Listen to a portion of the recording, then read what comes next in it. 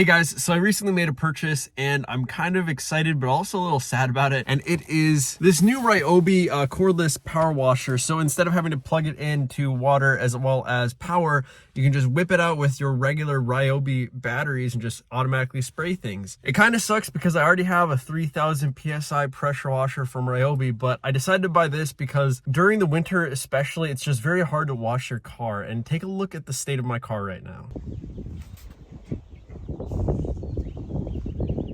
I left it parked outside for a couple days when I was away on vacation, and I came back and it is so dirty. So I decided to just bite the bullet and finally purchase this. I've been looking at it for a couple months and I've always been like, is $200 worth always being able to wash my car? But when you break it down to how much you'd have to pay at a car wash, even though I do have a power washer, I tend to just go to the car wash and spend $3 to $6 on a car wash and spray it down myself. Just because it has the soap, it has the water, I don't need to have to plug something in very far away for the extension cord, and I don't need to plug in water. So that is why I decided to just get this. I can add soap to it, I can spray things with it, and I won't have to pay for it. So when you do the math and you get a car wash that's about $10, let's just round up to $10, and you have this, which you bought for $200, that's about like 20 washes that you get. So if you were to wash your car over 20 times, this kind of pays for itself. But let's crack it open and let's wash down my car. All right, here it is, the EZClean brushless. So I went with the 600 psi. I was gonna buy the cheaper 320 psi, but from all the reviews I've said, they say that the 300 is literally just like a water spray gun, like a squirt gun. So I wanted something more powerful that I actually be able to get rid of the dirt, especially if I'm spending money. I might as well make it worth it. So that's why I jumped up to the 600 psi version. I just picked it up at Home Depot today. The box was a little damaged, but that's whatever. All right, so it does come with the battery too, which is nice. I mean, great. Let's see, the charger's right here. And these are some of your spray knobs you're able to connect to a bucket, and then you have water without having to plug it in, which I love. It's way more convenient to fill up a 5-gallon bucket and just bring it outside than have to connect a hose, which is also pretty far away from my driveway. Here's the spray nozzle. It has 3 different modes: the spray, the turbo, and then I think just the rinse. And then here is the actual device in there. This is the extender rod for the nozzles.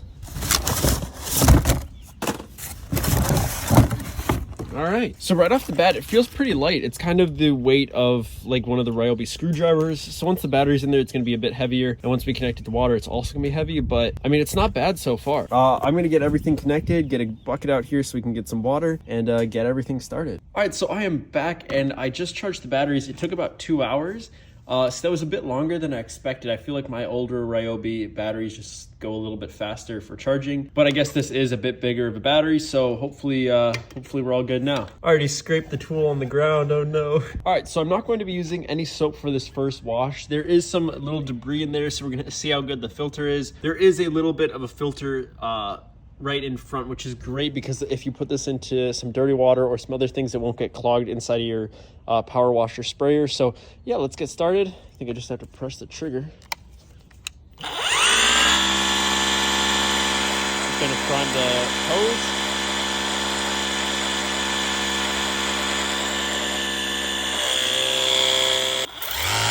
All right, there we go. It's spinning in the turbo mode.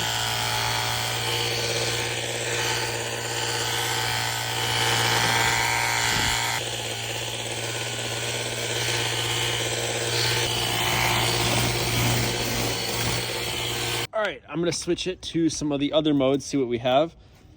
This 15 degrees. Oh, wow.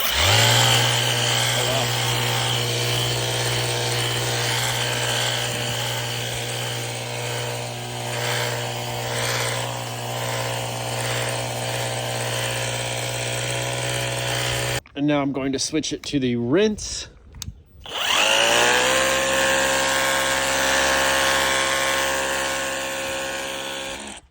So with this rinse mode, what I'm thinking about doing is getting some RO water, which is like the deionized or very filtered water, which isn't going to have those water spots and lime spots or iron stains or whatever that a lot of tap waters can have. So I'm going to get an extra bottle and put that on here. So when I'm done washing the car, I'll actually rinse it off with some really clean water, and that's going to help make sure that the car stays spotless. And yeah, I'm going to keep going and show you guys what it looks like after. Okay, so I pretty much got all the car. You can see we're almost out of all the water, but I sprayed down so much of it. I was able to do a rinse also I got as close as I could, but you can still see anytime you wash your car, you kind of need to get in with a glove or a mitt to actually scrub out a lot of this dirt. But overall, it's looking really good. And we didn't even use soap for this. This was just water to wash off a lot of that pollen and dirt.